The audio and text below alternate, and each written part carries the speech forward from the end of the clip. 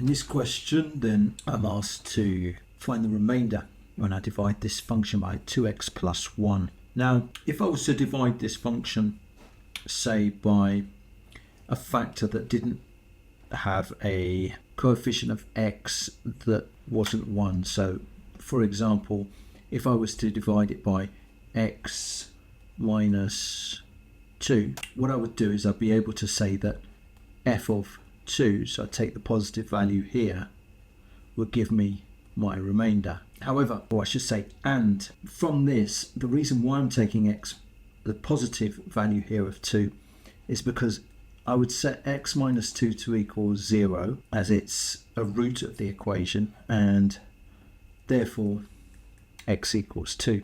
So using this same idea, remember, one of the ways to get unstuck from a problem is to put in a simpler idea. So if you're confused with this 2x plus 1 being the divisor, put a simpler divisor in here, x minus 2, and work out why. Here we worked out why we're making a positive 2, because we're making x minus 2 equals 0. So with this one, we would say 2x plus 1 equals 0. So 2x equals minus 1. So x equals minus a half.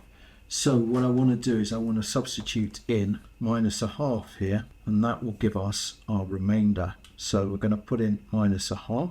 Minus a half is my root of this equation. Minus a half here, 4 times minus a half cubed, minus 5 times minus a half plus 4, which equals, well, minus a half cubed, let's just take that aside for a minute. It would be minus a half times minus a half times minus a half, which we can see gives us a negative. 2 times 2 times 2 is 8. 1 times 1 times 1 is 1. So we've got minus 8, an eighth there. So 4 times minus an eighth. So minus 4 over 8, which actually is a half again. Minus, here we've got minus 5 times minus a half. So that gives us a positive value of 5 over 2 plus 4. So we've got minus a half plus 5 over 2 plus 4. 5 over 2 minus a half is 4 over 2. 4 over 2 is 2. Let's write this out in full. 4 over 2 then plus 4. So we end up with 4 over 2, which is 2, as I say, plus 4, which equals 6. So that's our remainder.